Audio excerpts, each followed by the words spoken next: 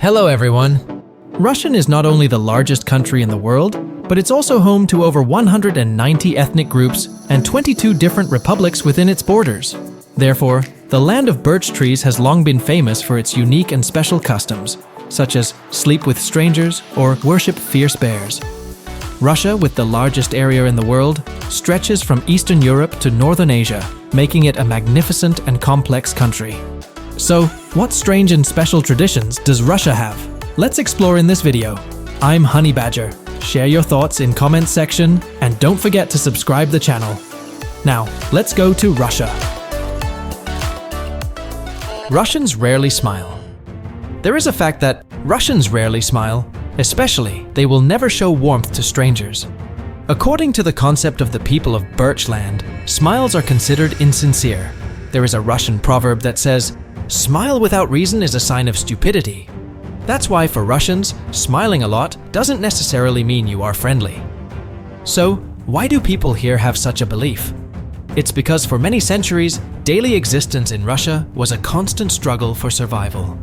The life of an ordinary citizen is filled with hardships, and the worries are etched on their faces. In such a context, a smile is a reflection of good life, prosperity, and psychological comfort. Therefore, Russians rarely smile, especially with strangers, unless they really feel happy.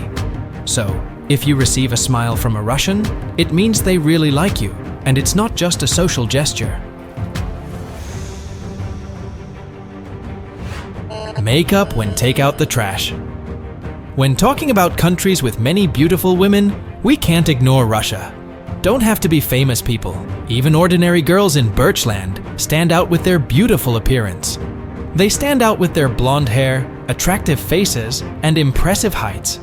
The beauty of Russian women is a combination of many factors, including genetics, climate, and beauty instincts. Not only that, they are become more beautiful over time. In September 2003, the Russian press published the results of an interesting study. According to it, within 30 years, women in Russia have grown 6 centimeters taller. Their waistlines have decreased by 3 centimeters, and their legs have grown 4 centimeters longer. Despite being praised for their appearance, but up to 95% of Russian women are not satisfied with their looks. This is also the reason why the beauties of Birchland believe that they must always look beautiful whenever they go out, even when taking out the trash. They pay great attention to their appearance and never leave home without makeup. Russian women step out on the streets every day as if they are walking on a fashion runway. They spend hours creating elaborate hairstyles, sitting at their makeup tables, and wearing the most beautiful jewelry.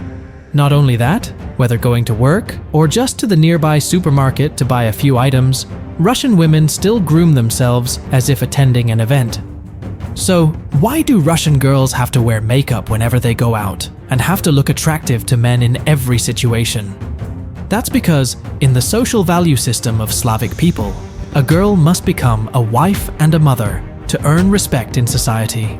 In Russia, an unmarried woman is never highly regarded. According to the beliefs of the people here, a woman's success must include both marriage and children. Furthermore, Russia is facing a surplus of women and a shortage of men, with 53.6% of the population being female.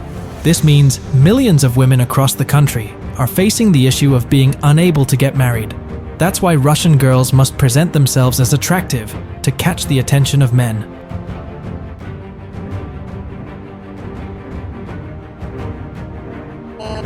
Worship bears and bear hunting. In Russia, some families keep bears as pets, the most famous of which is Stepan, who was adopted in 1993 and has become a famous photo model. However, for most Russians, bears are still seen as wild animals. However, in the Siberian region, ethnic groups such as the Ewenki, Khanty-Mansi, Nivki, Uchi, and many other indigenous peoples have a tradition of worshipping bears, even though they still hunt this sacred animal. The Ewenki believe that each hunter can only kill a certain number of bears, and if they exceed that number, they will lose their own lives. That's why the process of killing a bear must be carried out according to a special ritual. The hunter must apologize to the bear and explain why he has begun the hunt. After that, a funeral ceremony will be held for the bear, Bones and head will be placed in a special wooden house, built in the direction that the bear was going before it was killed. The Ewenki believe that after this ritual, they will not be haunted by the spirit of that animal. Next, they perform a ritual called takamin, which means deceiving a bear. All participants in the hunt will share a meal with the meat of the killed bear, then wish the hunter who killed the bear good luck and a prosperous winter with a large herd of reindeer. The hunter is the one who begins the final meal, and the eyes of the killed bear are hung in front of his tent. Bathing in ice holes in winter.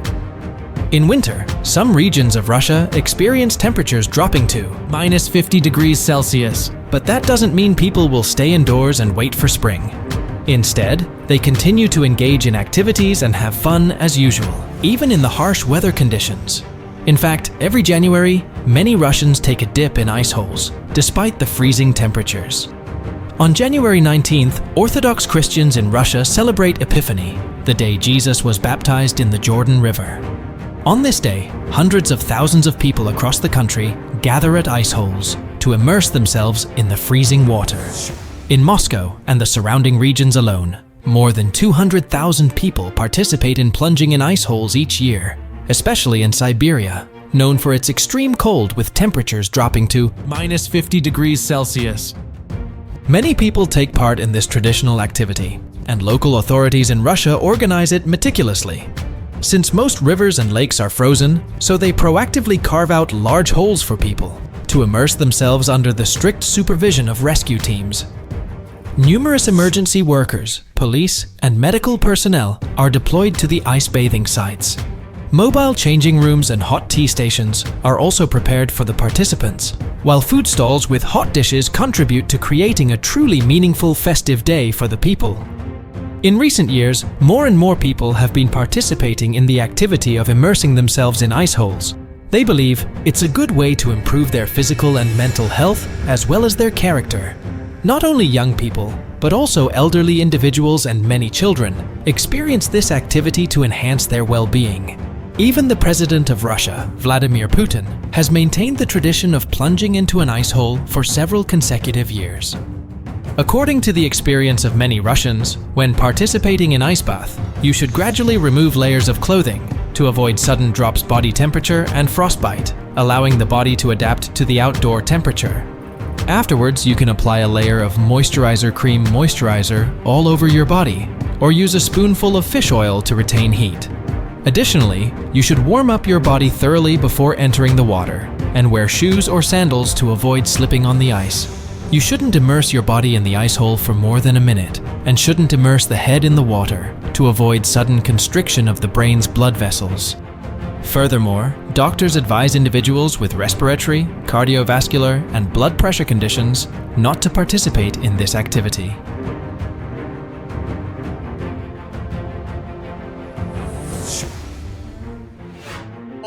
Sleeping with strangers. The Eskimos in the Chukotka Autonomous Okrug have a very unique custom, where husbands are willing to let their wives sleep with strangers as a sign of hospitality. Moreover, the Eskimo have had a tradition of short-term wife renting since ancient times. When a man from a tribe goes hunting, he has the right to take along another man's wife, who has been introduced and has the husband's consent. During the hunt period, the Eskimo woman fulfills the role of both a homemaker and a passionate lover, meeting the intimate needs of the man who hired her.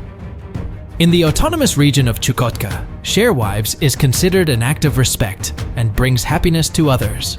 If a man refuses, the husband sees it as a lack of respect towards himself and his family.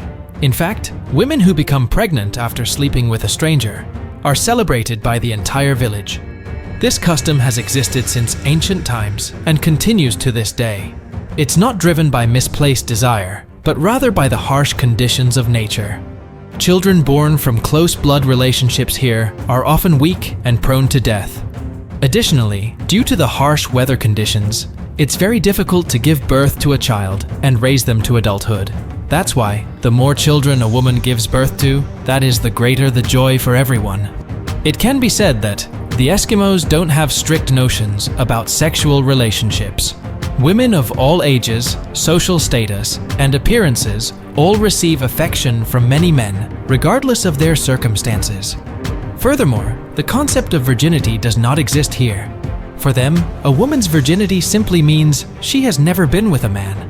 Especially, Eskimos don't interfere in the private romantic affairs of others.